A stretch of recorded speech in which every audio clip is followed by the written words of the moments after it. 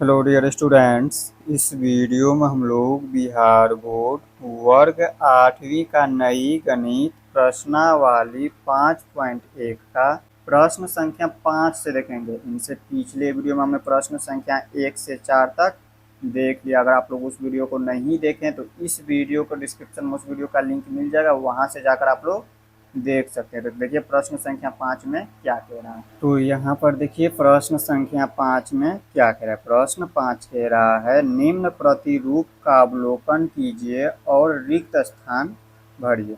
ये प्रश्न संख्या 4 के ही तरह है। चलिए इनको हम समझाते अपने कॉपी में।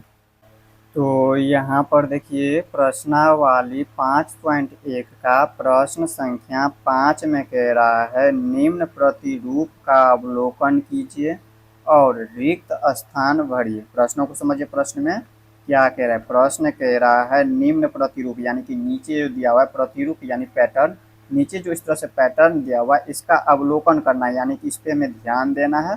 और इसमें कह रहा है रिक्त स्थान भरिए यानी कि खाली जगह पर, जैसे ये आप खाली जगह और यहाँ भी है खाली जगह, तो इसको भरना है। यानी कि इस पैटर्न को समझ करके हमें क्या करना है, खाली जगह को भरना है। ये प्रश्न संख्या 4 के तरह ही है। देखिए प्रश्न संख्या 4 में क्या दिया, इसमें भी कह रहा था निम्न प्रतिरूप का अवलोकन कीजिए और रिक्त स्थान भरिए, यानी कि इनको समझना था इस पैटर्न को और क्या करना था, खाली जगह को भरना था। लेकिन प्रश्न 4 में देखें तो यहाँ पे देखिए शुरू का संख्या और अंत का संख्या, यानी कि शुरू का और लास्ट का संख्या देखें तो सभी में एक दिया हुआ है। यहाँ पे देखिए ये पहला संख्या 1 और यहाँ पे लास्ट में देखें तो 1, यहाँ भी देखिए 1 और यहाँ भी 1, और इनके बीच में देखें कहीं भी 1 नज़र नहीं आ रहा है, सभी में देखें तो बाकी का 0 है। लेकिन प्रश्न संख्या 5 में ऐसा नहीं है। इसमें देखें यहाँ पे देखें तो इनके बीच में भी दिया हुआ है 1, यहाँ भी 1, इनके देखिए शुरू और लास्ट में तो दिया ही, साथ में इनके बीच में भी यहाँ पर 1 दिया हुआ है इस सब में। तो इस तरह का यहाँ पर पैटर्न बन रहा है, तो इसको समझना है और यहाँ पर क्या करना है, खाली जगह को भरना है। तो देखिए 11 का वर्ग 121, इसी तरह से यहाँ पर देखिए 101 का वर्ग 10,201, इसी तरह से यहाँ पे देखिए इसमें 10101 का वर्ग यहाँ पे दिया है 102030201। अब इसमें आप लोग कुछ नहीं समझे होंगे अभी, तो आप लोगों को इसमें ही समझना है। अब समझिए इसमें संख्या देखे तो कितनी बार दिया है, एक, एक देखे तो 3 बार है, 1 2 और ये हो गया 3, तो 1 3 बार दिया हुआ है। तो देखिए संख्या 3 तक लिख दिया गया है, 1 2 3। अब इस शून्य को छोड़िए, सिर्फ संख्या 3 तक लिखा गया है, 1 3 बार है, इसीलिए यहाँ पे 1 2 3 तक लिख दिया गया। और इसके बाद क्या किया गया, इसमें देखिए ये जो दिया हुआ है संख्या 1 2 3, ये हमारा क्या हो गया, बढ़ते क्रम यानी कि आरोही क्रम हो गया, और इसी को वापस घटते क्रम में यहाँ से लिखना शुरू कर दिया है। यहाँ पे क्या किया गया, अवरोही क्रम। यहाँ पे देखिए ये 3 तक गया, 3 के बाद क्या होता है, इनसे नीचे संख्या, 3 से पहले 2 तो 2 लिख दिया गया, और 2 से पहले संख्या 1 दिया है तो 1 लिख दिया। और देखिए सभी के आगे यहाँ पे 0 दिया हुआ है, देखिए इसके आगे 0, इसके आगे 0, और इनके आगे कोई भी संख्या नहीं दिया है। तो देखिए शुरू का और लास्ट का संख्या में देखें तो यहाँ पर देखिए इनके पहले कोई भी संख्या नहीं दिया है, तो यहाँ पर इनके यहाँ पे ये जो 1 दिया है इनके पहले हमें कोई भी संख्या नहीं देना, और यहाँ पर देखिए ये जो 1 है इनके आगे कोई भी संख्या नहीं दिया, तो इनके आगे भी कोई संख्या नहीं देना। बाकी क्या करना है, इनके बीच में 0, सभी संख्याओं के बीच में 0 डाल देना है। इसके आगे भी 0, इसके आगे 0, 2 के आगे 0 और 1 के आगे भी 0, इस तरह से आप लोगों को डाल देना है। अब इसी तरह से इसमें भी समझिए, इसमें हमें भरना है तो कैसे भरेंगे, 1 कितनी बार है, 1 2 3 4 बार, 1 4 बार है तो हम संख्या 4 तक जाएंगे। पहला हो गया ये 1, इसी तरह से यहाँ पर संख्या 2 लिख देंगे, इसी तरह से संख्या 3 लिखेंगे और इसी तरह से संख्या 4 लिख देंगे। अब इसके बाद क्या करना है, इसका विपरीत जाना है, यानी कि इनसे छोटा संख्या लिखते चले जाना है 1 तक। तो 4 से छोटा संख्या है 3, यहाँ पर हम लिख देंगे 3। अब इसी तरह से यहाँ पर 3 से छोटा संख्या है 2, यहाँ पर लिखना है 2। अब 2 से छोटा संख्या 1, यहाँ पर लिख देना है 1। अब यहाँ पर देखिए सभी के आगे 0 लगा हुआ है, इस 1 के आगे 0 है और 1 के पहले 0 नहीं है, तो यहाँ पर देखिए 1 के आगे 0 लगाएंगे बट 1 के पहले 0 नहीं लगाना। इसी तरह से यहाँ पर लास्ट में देखिए इस 1 के जो है आगे 0 नहीं है, इसके पहले 0 दिया हुआ है, तो ऐसे ही करना है। सभी में क्या करना है, 0, यहाँ पे 1 के आगे 0, 2 के आगे 0, 3 के आगे 0, 4 के आगे 0, 3 के आगे 0, 2 के आगे 0, यही हो गया इसका आंसर। इसी तरह से यहाँ पर देखिए यहाँ पे कह रहा है कितना का वर्ग बराबर इतना संख्याएं होंगे, तो देखिए इसका वर्ग हम कैसे निकालेंगे। तो देखिए यहाँ पर संख्या दिया हुआ था 4 बार, तो हम क्या किए थे, यहाँ पे इस तरह से हम लिखे थे 1 से 4 तक। ठीक इसी प्रकार इसमें संख्या दिया हुआ है कहाँ तक, 1 2 3 4 5 तक, 5 तक संख्या दिया हुआ है, और इसका इसके बाद क्या किया गया है, विपरीत किया गया, तो 5 तक संख्या है तो हम क्या करेंगे 5 बार 1 लिख देंगे, 1 2 3 4 और इसके बाद हो गया ये 5। और इस ये किसका वर्ग हो जाएंगे, और सभी के आगे देखिए शून्य, एक के आगे शून्य, इनके आगे शून्य और इनके आगे शून्य और इनके आगे कोई भी संख्या नहीं, इसमें भी इसी तरह से करेंगे, इनके आगे एक के आगे शून्य, एक के आगे शून्य, इनके आगे शून्य और इनके आगे शून्य। यही हो गया इसका आंसर। तो इस तरह से आप लोग प्रश्न संख्या 5 को समझ गए होंगे। अगर नहीं समझे हैं तो वीडियो को दोबारा देखिए आप लोग पीछे करके। अब इसी तरह से देख लेते हैं प्रश्न संख्या 6 को। अब देखिए इसी तरह से प्रश्न संख्या 6 में क्या कह रहा है, प्रश्न संख्या 6 को समझिए। इसमें कह रहा है दिए गए प्रतिरूप का उपयोग करते हुए लुप्त संख्याओं को प्राप्त कीजिए। प्रश्नों को समझिए, प्रश्न में क्या रहा है, मेन होता है प्रश्नों को समझना। प्रश्न कह रहा है दिए गए प्रतिरूप का उपयोग करते हुए, यानी कि प्रतिरूप का मतलब हो गया पैटर्न, पैटर्न का उपयोग करते हुए, यानी कि ये जो दिया हुआ इस तरह से संख्या है, इसका पैटर्न को समझ करके क्या करना है आप लोगों को, लुप्त संख्या को प्राप्त करना है। लुप्त संख्या यानी कि जहाँ से संख्या गायब है। देखिए यहाँ पे संख्या हमें नहीं पता है, यहाँ पे गायब है, इसी तरह से यहाँ पे संख्या हमें नहीं पता है, गायब है, यहाँ भी संख्या गायब है यानी लुप्त है, यहाँ भी संख्या लुप्त है। तो इससे हमें क्या करना है, प्राप्त करना है। तो देखिए इस पैटर्न को समझ करके इन संख्या को हम कैसे प्राप्त करेंगे। तो देखिए यहाँ पे 1 का वर्ग प्लस 2 का वर्ग प्लस 2 का वर्ग बराबर 3 का वर्ग। दूसरी लाइन में यहाँ पर देखिए 2 का वर्ग प्लस 3 का वर्ग प्लस 6 का वर्ग बराबर 7 का वर्ग, 3 का वर्ग प्लस 4 का वर्ग प्लस 12 का वर्ग बराबर 13 का वर्ग, 4 का वर्ग प्लस 5 का वर्ग, यहाँ पे संख्याएं लुप्त है, बराबर में 21 का वर्ग। तो इसमें आप लोगों को कुछ पैटर्न समझ आ रहा होगा।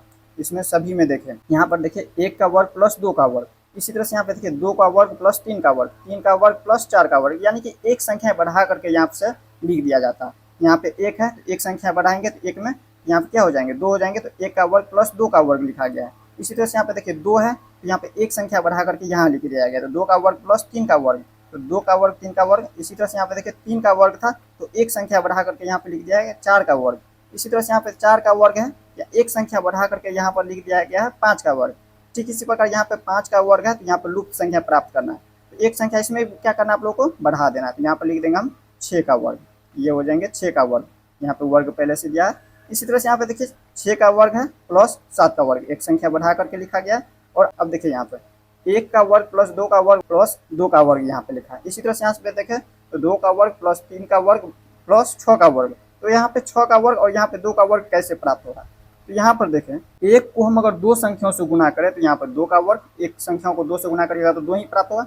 यहाँ पर 2 का वर्ग लिखा गया है और इसमें भी देखिए यहाँ पर 2 का वर्ग प्लस 3 का वर्ग, तो प्लस में 6 का वर्ग प्राप्त हुआ। इन संख्याओं को गुना करिएगा, 2 को 3 से गुना करेंगे 2 3 6 का वर्ग। इसी तरह से यहाँ पे देखिए तो 3 प्लस 4, तो यहाँ पर 3 को हम 4 से गुना करेंगे, सभी को गुना करके यहाँ पे संख्याएं लिखा गया है, 3 चौके 12 संख्याएं। ठीक इसी प्रकार इसमें भी क्या करना है, यहाँ पे 4 को हम 5 से गुना करेंगे तो 4 पंचे का 20 का वर्ग प्राप्त हो जाएंगे। अब इसी तरह से यहाँ पे देखिए 5 का वर्ग, और ये हम संख्या प्राप्त कर चुके हैं, पहले ही बता चुके हैं। तो 5 का वर्ग और 6 का वर्ग, तो यहाँ पे हो जाएंगे कितना का वर्ग, 30 का वर्ग। कैसे, तो देखिए 5 6 के 30 का वर्ग हो गया। और इसी तरह से यहाँ पे देखिए 6 7 के 42 का वर्ग, इसको भी हम गुना करके लिख देंगे, यहाँ पे 6 7 के 42 का वर्ग हो जाएंगे। अब देखिए यहाँ पे इसके बाद क्या किया गया, यहाँ पे संख्या बराबर के उन साइड कैसे लिखा गया। इसमें देखिए यहाँ पे लास्ट वाली संख्या, यहाँ पे 2 का वर्ग है तो एक संख्या बढ़ा करके यहाँ पे लिख दिया गया 3 का वर्ग। इसी तरह से यहाँ पे देखिए 6 का वर्ग, तो यहाँ पर लिख दिया गया 7 का वर्ग, 12 का वर्ग, तो एक संख्या बढ़ा करके यहाँ पर लिख दिया गया 13 का वर्ग, 20 है तो यहाँ पर 20 में एक संख्या बढ़ा दिया है तो यहाँ पे 21 का वर्ग, 30 है तो 30 में एक संख्या बढ़ा करके लिख दिया गया 31 का वर्ग। इसी तरह से यहाँ पे 42 है तो एक संख्या बढ़ाएंगे तो कितना हो जाएंगे 43, तो यहाँ पर लिख देंगे 43 का वर्ग। तो आप लोगों को समझ आ गया होगा। तो इस तरह से आप लोगों को हल करना है। तो इस तरह से आप लोग प्रश्न संख्या 6 को भी समझ गए होंगे। अब हम देख लेते हैं इस तरह से प्रश्न संख्या 7 को।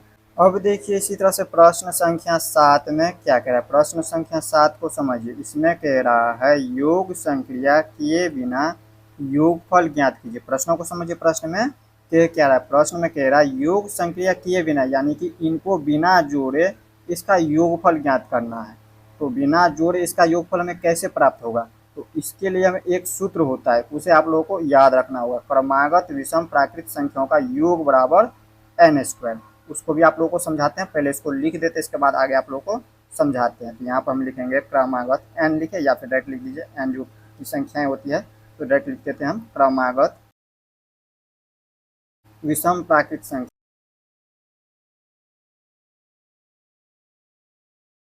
संख्याओं का योग।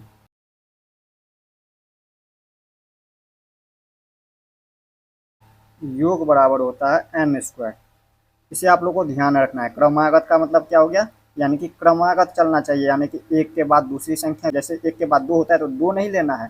क्यों नहीं लेना है, तो क्रमागत के हिसाब से तो यही होना चाहिए, एक के बाद दो, दो के बाद तीन, तीन के बाद चार। लेकिन इसमें यहाँ पे ध्यान दीजिए, क्रमागत में हमारा विषम प्राकृत संख्या होना चाहिए। विषम यानी कि जिसमें दो से पूरा पूरा भाग न लगे। जैसे एक के बाद दो लेते तो दो में पूरा पूरा भाग लग जाता है, दो से दो में भाग देंगे तो वो कट जाएंगे।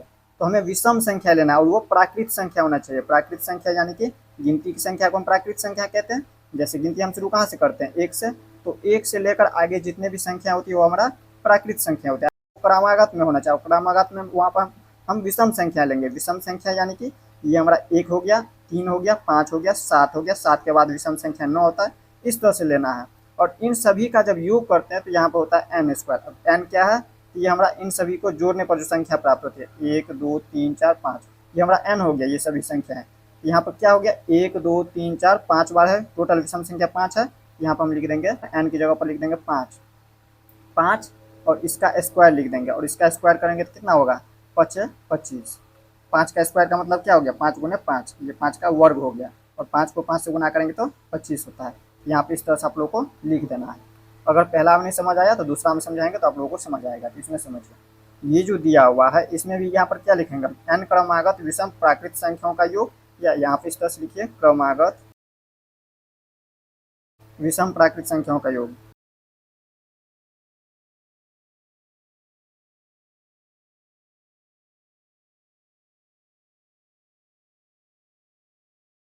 यहाँ पे एन स्क्वायर होता है। देखिए हमने आपको क्या बताया, क्रमागत विषम प्राकृत संख्याओं का योग जो है एन स्क्वायर होता है। तो हम लिख दिए बराबर में एन स्क्वायर।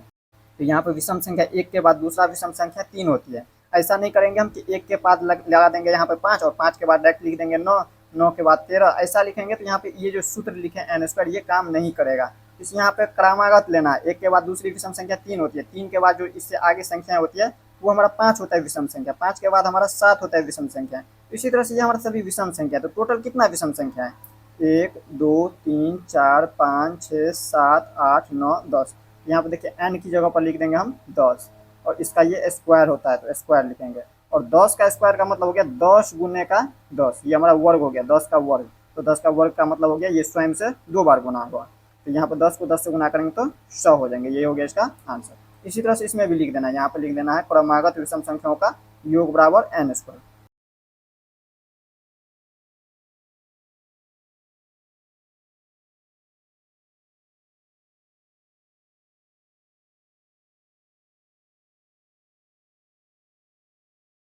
देखिए इस तरह से हमने लिख दिया है। यहाँ पे एन स्क्वायर आप लोगों को पता है, एन क्या है, यहाँ पे ये संख्या है, इन संख्याओं को जोड़िए। टोटल कितना संख्या है इसमें, एक दो तीन चार पाँच छः सात आठ नौ 10 11 12। टोटल यहाँ पे 12 क्रमागत विषम संख्या है। तो यहाँ पे लिख देंगे एन के स्थान पे 12, और इसका वर्ग होता है तो यहाँ पे लिख देंगे वर्ग, या का चिन्ह लगा देना। और यहाँ पे लिखना है 12 का वर्ग का मतलब हो गया 12 गुने 12, और 12 को 12 से गुना करिएगा तो यहाँ पे 12 गुणा 144 होता है। यही हो गया इसका आंसर। तो इस तरह से आप लोग प्रश्न संख्या 7 को समझ गए होंगे। अब हम देख लेते हैं इसी तरह से प्रश्न संख्या 8 को। अब देखिए इसी तरह से प्रश्न संख्या 8 में क्या कह रहा है। प्रश्न संख्या 8 में दो प्रश्न है, पहला और ये दूसरा। पहला में क्या कह रहा है, 49 को 7 विषम संख्याओं के योग के रूप में लिखे। देखिए ये जो प्रश्न संख्या 8 है, ये प्रश्न 7 का उल्टा दिया हुआ, उसमें क्या था यहाँ पे समझिए। यहाँ पर देखिए प्रश्न संख्या 7 में क्या दिया था, प्रश्न 7 में कह रहा था योग संख्या किए बिना योगफल ज्ञात कीजिए। ये इस रूप में दिया था तो मैं इस रूप में तोड़े थे उनको। लेकिन ये क्या है कि इस रूप में दिया है, यहाँ पे ये 25 है, यहाँ पे 25 के जगह पर इसमें 49 दिया है। यहाँ पर लिख देंगे, देखिए लिख देते हैं यहाँ पे 49। ये हम पहला का हल कर रहे हैं, हल कर रहे हैं पहला का। देखिए यहाँ पे 25 की जगह पर 49 दिया है, तो यहाँ पर ये 25 किसका वर्ग है, 5 का वर्ग। ठीक इसी प्रकार 49 किसका वर्ग है, 7 का वर्ग है। यहाँ पे 49 को हम लिख सकते हैं 7 का वर्ग। और इसका हमें क्या करना है, इस रूप में तोड़ना है। यहाँ पे कह रहा है 7 विषम संख्याओं के रूप में लिखने के लिए 49 को।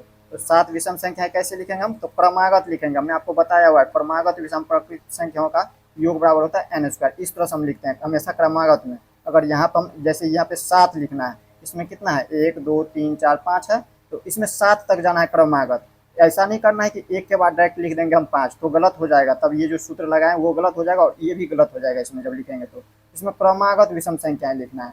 तो पहला विषम संख्या क्या होती है, एक होती है। इसी तरह से यहाँ पे एक के बाद इसमें योग लिखना है, तेरा योग के रूप में लिखने के लिए इसमें जोड़ देना इस तरह से एक।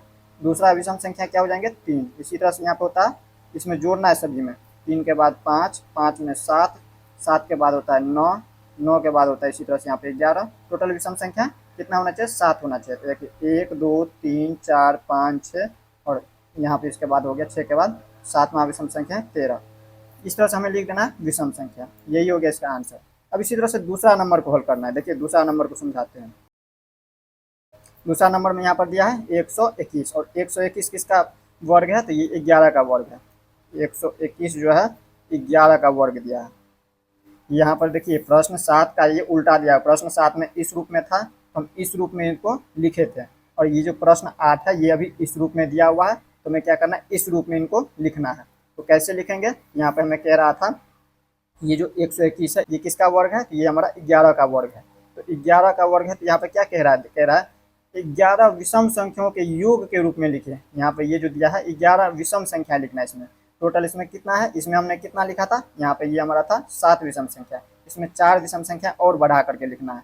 तो यहाँ पर लिखते जाइए, इसको यहाँ से हटाइए। एक प्लस का योग के रूप में लिखना है, ऐसा नहीं करना है कि यहाँ पे 1,3 ऐसे करके लिख दिए। योग कह रहा है तो योग के रूप में लिखिए, 1 प्लस का 3 प्लस का 5, इसी तरह से प्लस का 7 प्लस का 9 प्लस का 11 प्लस का 13। यहाँ तक हमें पता है। यहाँ पे 7 विषम संख्या है, 1 2 3 4 5 6 7 हुआ। 7 के बाद 8वां विषम संख्या क्या हो जाएंगे, 15, 15 के बाद 17। विषम संख्या आप लोग को याद रखना है, जिसमें हम 2 से भाग देते हैं तो पूरा पूरा वो संख्या नहीं कटता है, वही हमारा विषम संख्या होता है। अगर यहाँ पे अगर 15 के बाद 16 ले लेते तो 16 में हम अगर 2 से भाग देंगे तो ये पूरा पूरा कट जाएगा। 16 में अगर 2 से भाग दे तो 2 अट्ठे के 16, 8 बार में ये 16 पूरा पूरी कट चुका है। तो ऐसा संख्या नहीं लेना है जो कि पूरा पूरा कट जाए, वो हमारा सम संख्या हो जाती है। यहाँ पे 17 के बाद क्या लेना है आप लोगों को, टोटल कितना 11 संख्या लेना है। 17 के बाद ले लीजिए इसी तरह से 19। देखिए टोटल संख्या यहाँ पे 13 तक में जो है 7 है। 7 के बाद ये 8वां, ये 9वां, ये 10वीं, और इसके बाद हो गया 11वीं संख्या। तो टोटल यहाँ पे 11 संख्या तक इस तरह से हमने लिख दिया है। तो यही हो गया इसका आंसर। इस तरह से आप लोग प्रश्न संख्या 8 को समझ गए होंगे। अब हम देख लेते हैं इसी तरह से प्रश्न संख्या 9 को।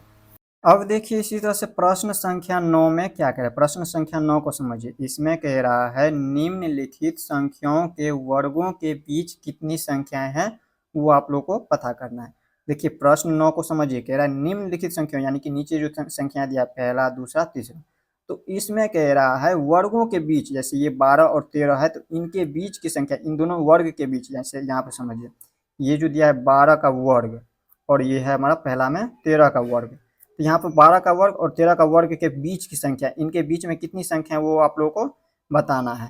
जैसे यहाँ पे देखिए 12 का वर्ग कितना हो गया 144, और यहाँ पे 13 का वर्ग कितना होता है 169। ये आप लोगों को याद रखना है। 1 से 20 तक आप लोगों को वर्ग हम बताए हुए हैं, याद कर लेना है। देखिए 12 का वर्ग करेगा 144 आएगा, 12 गुने 12, और यहाँ पे 13 गुने 13 करिएगा तो 169 आएंगे। तो इनके बीच में कितनी संख्याएं होंगे वो आप लोगों को पता करना है। तो यहाँ पे देखिए समझाते हैं आप लोगों को। यहाँ पे समझिए, हमने लिख दिया यहाँ पे आप लोग समझिए। यहाँ पे हमने लिखा है 144 के बाद क्या होता है 145, 146, 47, 48। इसी तरह से यहाँ पे जाएंगे तो 169 तक लिखना है। यहाँ पे 169 दिया है, 144 169, तो 144 से 169 के बीच में देखिए ये जो संख्या है कितनी है, 145, 46, 47, 48। इसको गिनती करिए 1 2 3 4 5 6 7 8 9 10 11 12 13 14 15 16 17 18 19 20 21 22 23 24 है।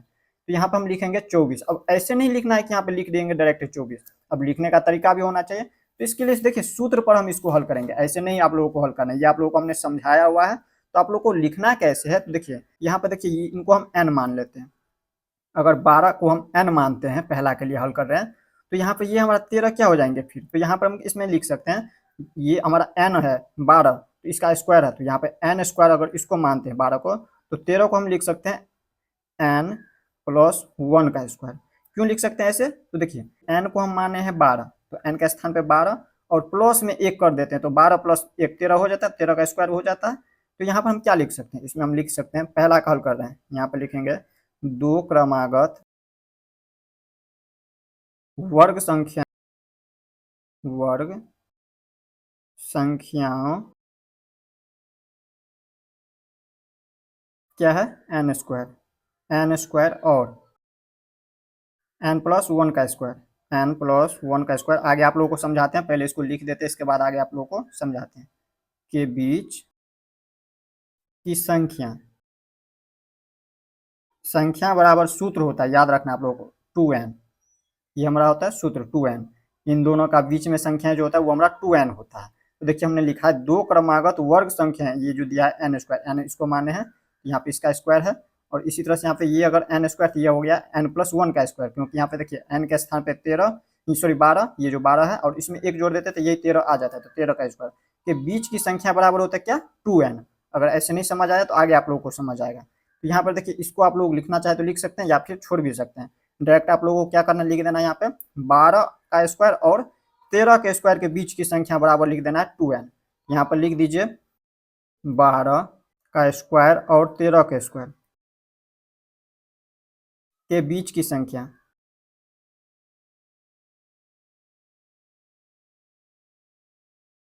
बराबर लिख देना है 2n। यहाँ पर ये इसका सूत्र, इस पे हम इनको हल करेंगे। तो देखिए 2n बराबर हमें देखिए 2 है, 2 और ये n इसके गुना में है, 2n का मतलब हो गया 2 गुने n। ये हमारा गुणनखंड के रूप में हो गया, और इसी को जब गुना करेंगे तो 2n प्राप्त, ये हमारा गुणनफल के रूप में है। तो 2 है तो लिख देंगे 2, और n किसको माने हैं, 12 को, पहला को हल कर रहे हैं तो n के स्थान पर गुना करना है, लिख देना n के स्थान पर 12। यहाँ पे देखिए 12 दूनी की कितना होता है, 24 होता है। तो यहाँ पर टोटल जो है इनके बीच में 24 संख्या आप लोगों को पता चल गया होगा। तो हमें इस सूत्र से निकाले हैं तो 24 हमें पता चल गया, और इसके बीच हम गिनती करके भी दिखाए थे आप लोगों को। यहाँ पर इसको हम गिनती किए थे तो पता चल गया था, यहाँ पे टोटल कितना है, 24 है। तो ऐसे आप लोगों को हल नहीं करना है, यहाँ पे सूत्र पे इसी तरह से हल करना है आप लोगों को। ये हमारा पहला का हो गया आंसर। अब इसी तरह से दूसरा को हल करेंगे, ये पहला का था, दूसरा नंबर को इसी तरह से हल करिए। यहाँ पे लिख देना है दूसरा में क्या लिखना है, यहाँ पे है 25 और 26 का वर्ग। तो यहाँ पे लिख लीजिए, ये हमारा क्रमागत में ही, ये जो सूत्र दिया है ये क्रमागत संख्या में ही काम करेगा। दूसरा कैसे भी, जैसे मान लीजिए 25 के बाद 27 रहता तो उसमें ये जो सूत्र है ये नहीं काम करता। ये हमारा क्रमागत संख्या, देखिए 12 के बाद क्या होता है 13 संख्या, 25 के बाद होता है 26, 99 के बाद होता है 100। तो इस तरह से संख्या दिया है, एक बढ़ा करके, तो वो हमारा क्रमागत होता है। तो वो हमारा क्रमागत संख्या में ये सूत्र काम करेगा। तो ये आप लोगों को ध्यान रखना है। इसमें क्या लिखना है, 25 और 26 का वर्ग, 25 का वर्ग और 26 का वर्ग के बीच की संख्या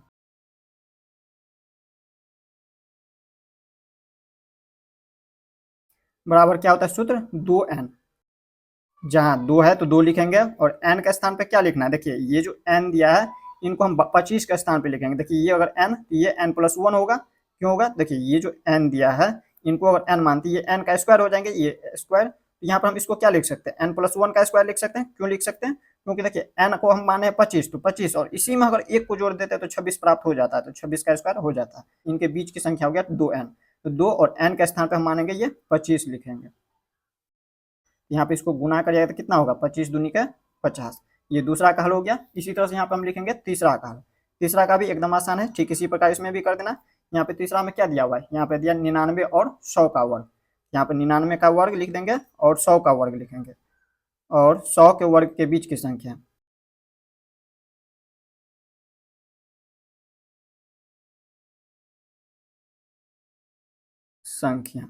बराबर क्या होता है, 2n। तो लिख देंगे 2n। तो यहाँ पे देखिए 2 और n के स्थान पे क्या लिखेंगे, ये जो संख्या दिया 99, 99 को लिख देंगे, ये हो गया 99।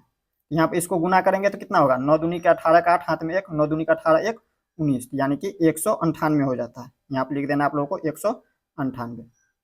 तो इस तरह से यही हो गया इसका आंसर। तो इस तरह से आप लोग प्रश्न संख्या 9 को भी समझ गए होंगे। नेक्स्ट वीडियो में हम लोग प्रश्नावली 5.2 को देखेंगे। तो मिलते हैं नेक्स्ट वीडियो में। जय हिंद।